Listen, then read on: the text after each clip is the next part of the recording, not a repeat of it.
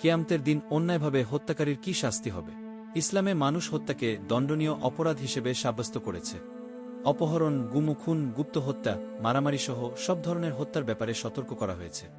হত্যা করার সম্ভাবনা রয়েছে এমন কাজ থেকেও বিরত থাকতে বলা হয়েছে।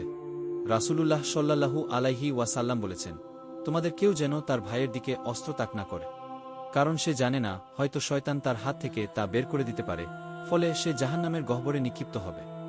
বুখারী এ বলা হয়েছে, কাউকে হত্যা করা সামাজিক অনাচার ও অত্যাচারের অন্তর্ভুক্ত।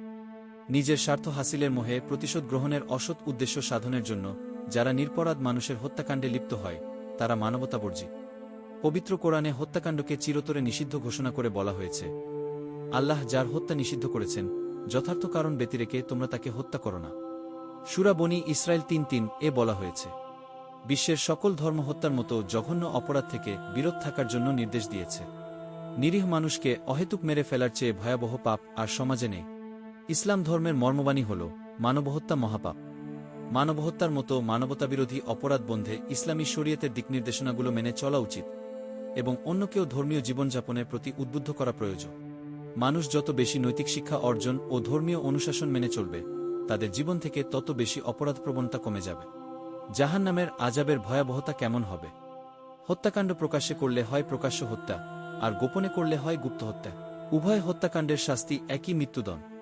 প্রকাশ্যে বা গোপনে যেভাবেই হোক, হত্যাকারীকে অবশ্যই শাস্তি পেতে হবে। যদি সাক্ষ্য প্রমাণ পাওয়া যায়, তাহলে দুনিয়ার আদালতে এর ন্যায় বিচার করতে হবে, নতুবা তাকে আখেরাতের আদালতে কঠিন শাস্তি পেতে হবে। পবিত্র কোরআনে হত্যাকাণ্ডকে মহাপাপ সাব্যস্ত করে ইচ্ছাকৃতভাবে একজন মুসলমান আরেকজন মুসলমানকে হত্যা করা নিষিদ্ধ ঘোষণা করে জাহান্নামের শাস্তির কঠোর বিধান সম্পর্কে ইরশাদ হয়েছে, কোনো মুমিনের জন্য সমীচীন নয় যে সে অন্য মুমিনকে হত্যা করবে, অবশ্য ভুলবশত করে ফেললে অন্য কথা। আর কেউ স্বেচ্ছায় কোনো মুমিনকে হত্যা করলে তার শাস্তি জাহান্নাম, সেখানে সে চিরকাল অবস্থান করবে। আর আল্লাহ তার প্রতি ক্রুদ্ধ হয়েছেন ও তাকে অভিশপ্ত করেছেন এবং তার জন্য ভীষণ শাস্তি প্রস্তুত রেখেছেন। সূরা আন-নিসা ৯:২-৯:৩ এ বলা হয়েছে, হত্যা যেভাবে রাষ্ট্রীয় আইনে একটি ভয়াবহ অপরাধ, তেমনি পবিত্র কোরআন ও হাদিসের দৃষ্টিতেও জঘন্যতম অপরাধ। এ ধরনের অমানবিকতা দূর করতে হলে মানুষের মধ্যে আল্লাহর ভয় সৃষ্টি করতে হবে। খোদাভীতি মনে থাকলে মানুষ কখনো কাউকে হত্যা করবে না।